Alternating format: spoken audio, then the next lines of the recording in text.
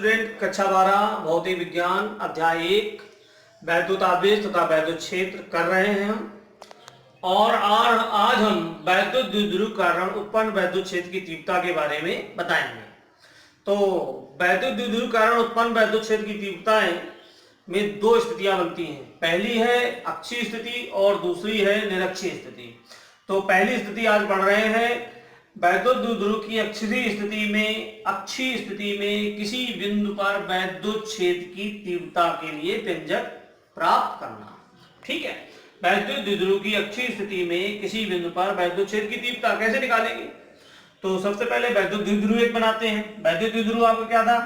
दो समान परंतु विपरीत आवेश। तो वैद्युत द्विध्रुव बनाते हैं, एक हम ऋण आवेश लेते हैं -q और एक आपका +q आवेश, और ये आपका द्विध्रुव बनाते हैं।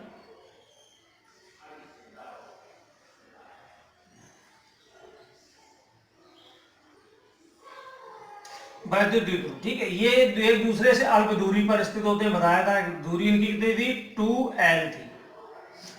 अगर हम यहाँ पे इनके मध्य बिंदु ले लें, मध्य बिंदु O है, ये द्विध्रुव A और B ले लेते हैं, तो ये आपकी यहां से यहां तक की दूरी कितनी हो जाएगी? l, और O से B तक की दूरी कितनी हो जाएगी? l। कुल दूरी -q से +q तक 2l। ठीक, अक्षीय स्थिति की बात करते हैं। अक्ष इधर चले तो ये अक्षीय स्थिति होगी, और इधर चले तो ये अक्षीय स्थिति होगी। तो यहां पर हम मान लेते हैं बिंदु O से, मध्य बिंदु से एक r दूरी पर एक बिंदु P ले लेते हैं। ठीक है, अब इस बिंदु पर हमें वैद्युत क्षेत्र की तीव्रता ज्ञात करनी है। इस बिंदु P पर हम मान लेते हैं, इस बिंदु P पर एक परीक्षण आवेश रखा हुआ है। परीक्षण आवेश क्या होता है? +q0।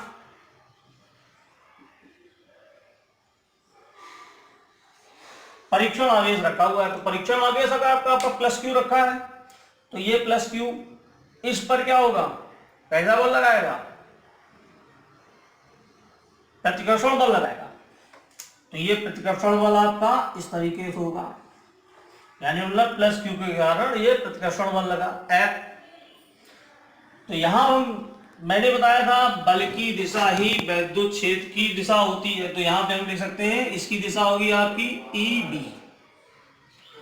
ठीक है, अब ऋण आवेश के कारण बिंदु P पर वैद्युत बल, कौन सा बल? आकर्षण बल होगा। इसकी दिशा किधर होगी? इस तरफ होगी। अब ये क्या हो जाएगा? EA। ठीक,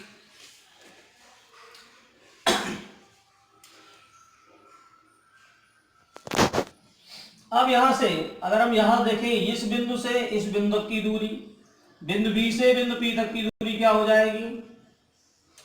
टोटल दूरी r है, और यहां से यहां तक की O से B तक की दूरी l है। तो यहां से आपकी दूरी क्या हो जाएगी? r - l। और बिंदु A से बिंदु P तक की दूरी, ये दूरी कितनी हो जाएगी? P से O तक की दूरी r है, और ये l और हो जाएगी। O से A तक की दूरी l है, तो हमारी ये दूरी हो जाएगी r + l। ठीक, चलिए, तो पहले हम देखते हैं +q आवेश के कारण बिंदु P पर वैद्युत क्षेत्र की तीव्रता। +q आवेश के कारण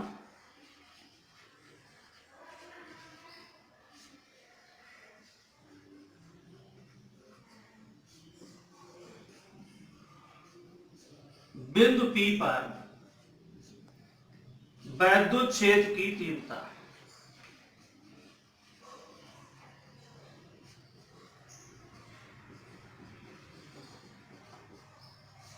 वैद्युत क्षेत्र की तीव्रता क्या होगी? +q कारण ये EB है, वैद्युत क्षेत्र की तीव्रता EB बराबर 1/4πε0 q/r -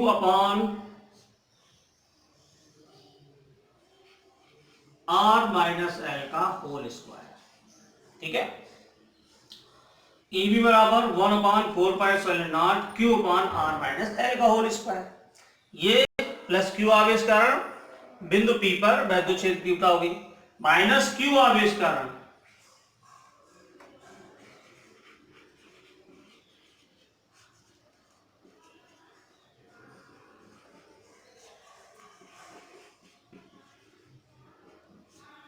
बिंदु पी पर वैद्युत क्षेत्र की तीव्रता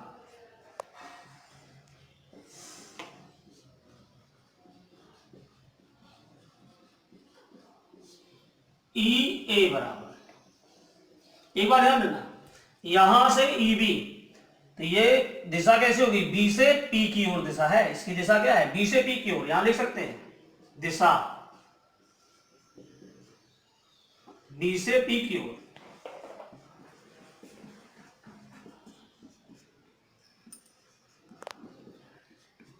ठीक है, यहां ई ए बराबर क्या हो जाएगा, 1/4πε0 क्यू अपान दूरी क्या है r प्लस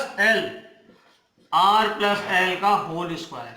यहां पे दिशा क्या हो जाएगी, P से A की ओर।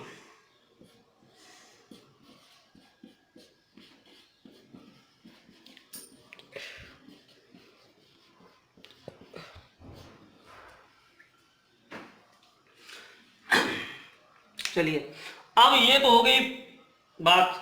अब हम देखते हैं बिंदु P पर परिणामी वैद्युत क्षेत्र की तीव्रता। बिंदु P पर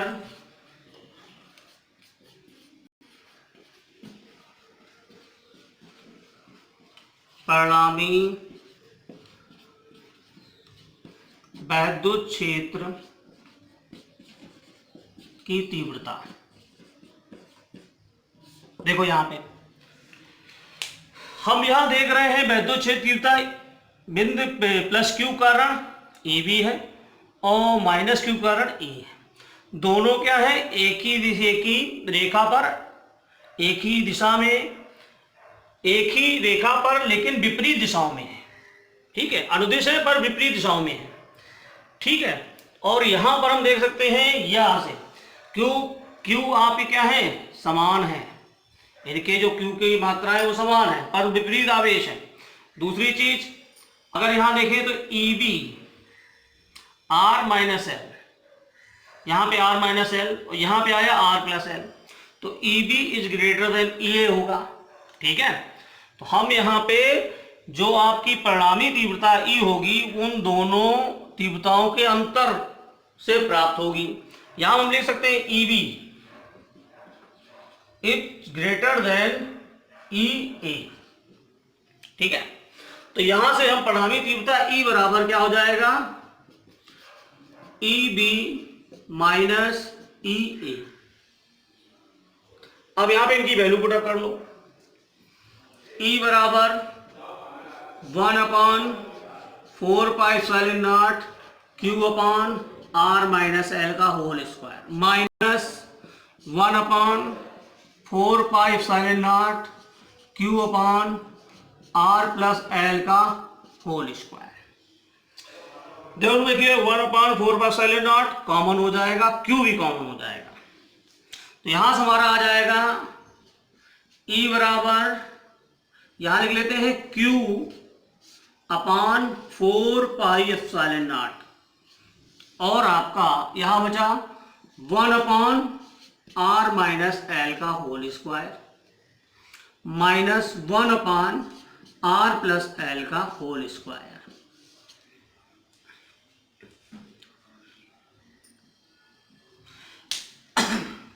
ठीक है, अब यहां पे क्या करेंगे, हम एलसीएम ले लेंगे। ई बराबर क्यू अपान 4πε0 और एलसीएम हमारा क्या हो जाएगा, आर माइनस एल का होल स्क्वायर और आर प्लस एल का होल स्क्वायर। ठीक है, अब यहां पे क्या हो जाएगा, आर प्लस एल का होल स्क्वायर यहां, आर माइनस एल का स्क्वायर यहां, तो यहां पर हो जाएगा आर प्लस एल का whole square minus R minus L का होल स्क्वायर। ये ब्रैकेट को।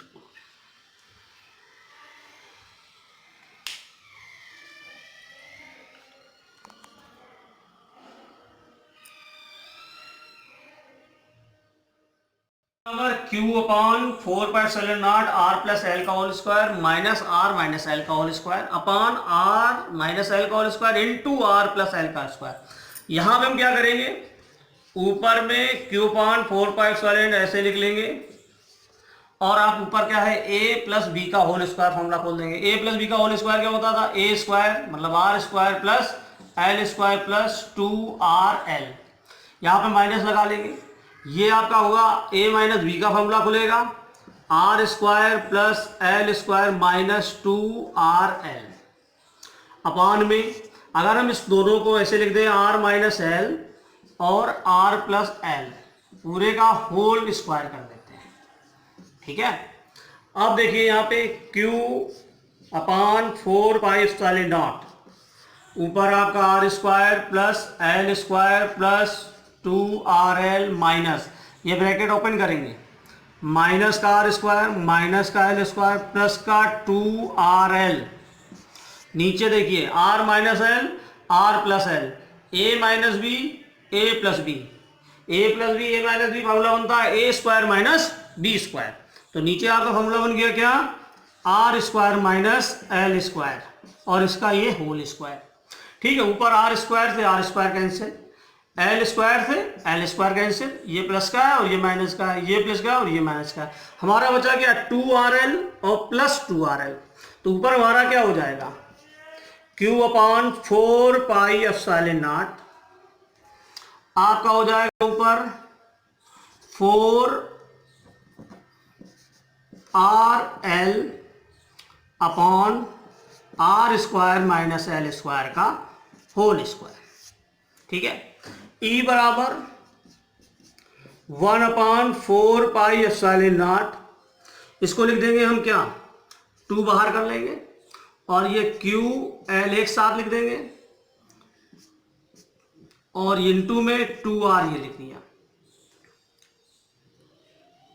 अपान में आपका R square minus L square का होल स्क्वायर।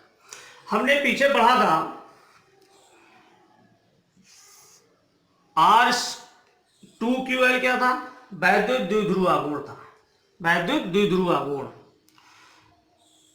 चूंकि P बराबर 2QL वैद्युत द्विध्रुव आघूर्ण। ठीक है, तो यहां पर हम क्या करेंगे, P की वैल्यू यहां पुट अप कर लेंगे, तो आपका हो जाएगा E बराबर 1/4πε0, यह आपका P हो गया 2PR upon R square minus L square का होल स्क्वायर। एक चीज देखते हैं आप, R स्क्वायर और एल स्क्वायर, यहां पे R जो है ग्रेटर देन है L से और R square greater than L square, R square L square से और अधिक होगा। यहां पर हम क्या करते हैं एल स्क्वायर को R की सापेक्ष नगण्य मान लेते हैं, यहां पर हम एल स्क्वायर का उपेक्षा करते हैं, एल स्क्वायर की उपेक्षा करने पर नगण्य मान लेंगे, मतलब छोड़ देंगे एल स्क्वायर को। ठीक है, तो हमारा ये आ जाएगा E बराबर 1/4πε0 2PR अपॉन R स्क्वायर का होल स्क्वायर। अब यहां पर आ जाएगा 1/4πε0 2PR, ये हो जाएगा R की पावर 4, एक R आप कैंसिल हो गया, नीचे क्या बचा E बराबर 1/4πε0 2P अपॉन R क्यूब।